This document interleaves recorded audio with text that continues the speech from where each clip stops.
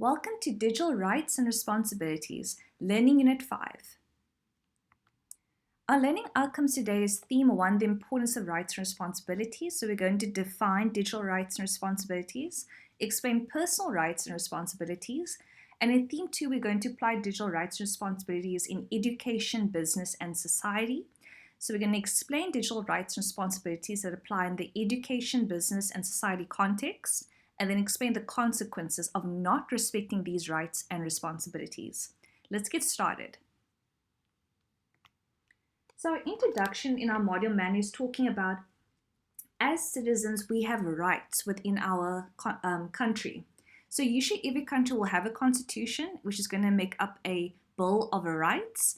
And that when we're thinking about this, we're not thinking how the internet is not owned by an organization or a country. So there's no sense of a internet police.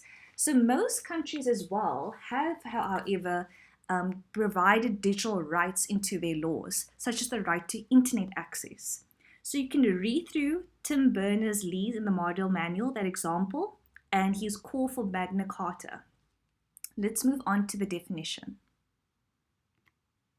So digital rights and responsibilities is, according to Ribble and Bailey, privileges and freedom extend to all digital technology users and the behavioral expectations that come with them. Therefore, everyone has the right but also a responsibility. We may have the right, for example, to freedom of speech, but it's our responsibility to understand what that right really does mean. So in this particular learning unit, we're going to learn about how, as digital citizens, we have the right to education, we have the right to internet access, but how are we responsibly and ethically using this platform? And to take into account that, how would you enforce as well that everyone has to be responsible online? Remember, we don't have an internet police, we don't have someone watching every single person online. Therefore, there needs to be people responsible, understand the responsibility of being online on the internet. So the first one in the model manual is to take into account the society, the right of internet access, but also the responsibility of you as a person towards society.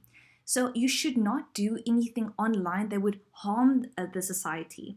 So therefore they say that we need to be aware of this and the impact of our actions on society. So here is the module manual example of how you as an individual having internet access could impact on the society. Let's read through this example. For example, you decide you need a new laptop and you start searching for one that will meet your needs. You find one that fits perfectly. It's a little on the expensive side, but it's worth it, and it's from Blunt Industries. You place the order online and request it as a door-to-door delivery. A couple days later, you receive your prized device. Excitedly, you open the packaging and set it up. Your first thing is to browse the net, and you come across the headlines for today.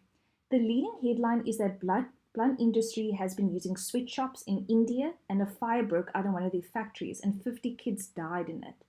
Mortified, you go into Facebook and Twitter to share your thoughts about this terrible company.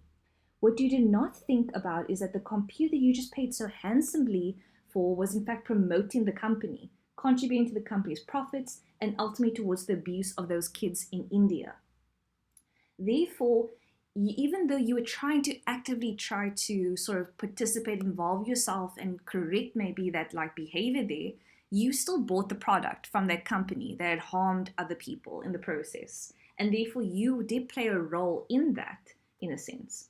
So to understand this, that we can have an impact on the society, and also that we live in sense a digital society as well. It is your right to say, maybe to share your thoughts and your feelings, but should you really do that at times? You need to be very responsible. That is why they have put the example that sharing a photo in a sense to a family or a friend is great. It's good to do. But what about the people who are in the photo with you? Did they have a choice in the matter? Maybe they didn't want their picture to be shared on Facebook or Instagram. So it is your responsibility that when you tag a friend on Facebook or post something on Instagram, maybe check with your friends and family to see if this is okay, because they might not want to have that in terms of increasing their digital footprint. Another impact to take into account is illegal downloads. which does have a ramification on other businesses, such as in the music industry and the movie industry, and how you can also impact that society, contributing in terms of crime. The next context to consider is business. Now, businesses, they do have a responsibility themselves to be transparent in how they conduct their products, but also in their advertising. So, a company, how they market themselves and their products needs to have a sense of transparency, and they do have a right to promote themselves. So, we're going to use these terms quite a lot, the right and the responsibility. A company, a business, has a right to promote themselves, but they need to be responsible of how they treat their customers and the society that they are dealing with. So, there needs to be a responsibility to be very clear about what the product is, what's its benefits and its features, and what are the limitations of the product. They need to be very clear about their business practices as well. And as consumers, we also have rights and responsibilities. We have a right to access those products advertised, and we need to be also very supportive of the ethical and their conduct and their business practices, and responsibility to ensure that those businesses are being ethical with us. Okay. Another thing to consider before we mention these examples on the right is how our behavior can also affect those businesses, which we talked about earlier, which is to think that when you download a song illegally, have you thought about how you're harming that business? Now, I don't know if you've heard about Napster, MP3 Skull, and Pirate Bay. All those sites used out there are taking away from businesses. And when you download illegal music and illegal movies, you're actually harming other businesses.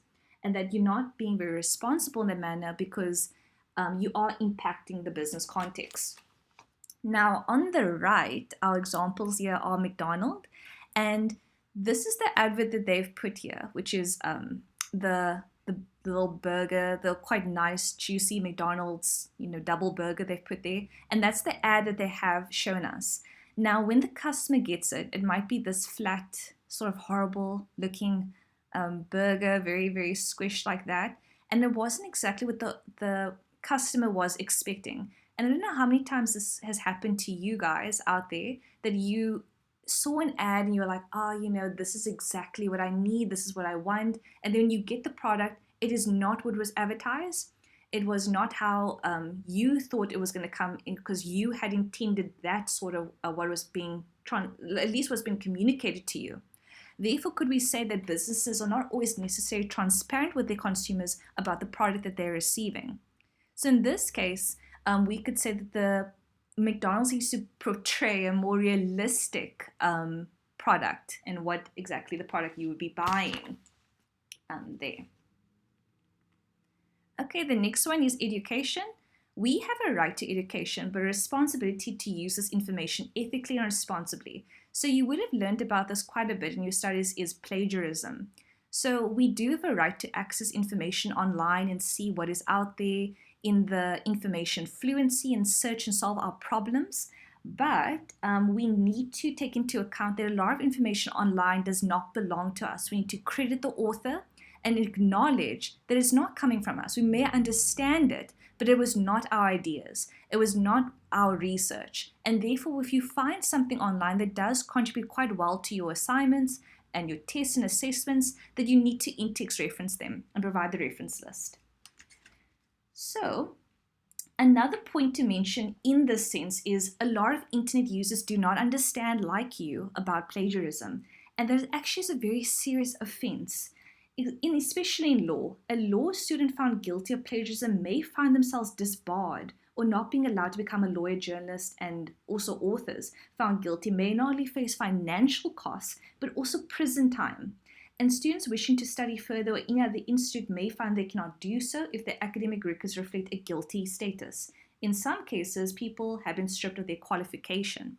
So there is this reading and resources in your module manual about people that have gotten in trouble because they plagiarized in terms of their research, their PhD, and it's quite a serious offense. So in terms of a student, you could have this on your record that you plagiarized, and if you, especially in law, it's very difficult to go into postgrad if you have that status on your record. Creative Commons is the next one. And in the next video, we're going to be talking about Creative Commons and the last part of our Learning Unit 5. I will see you in the next clip.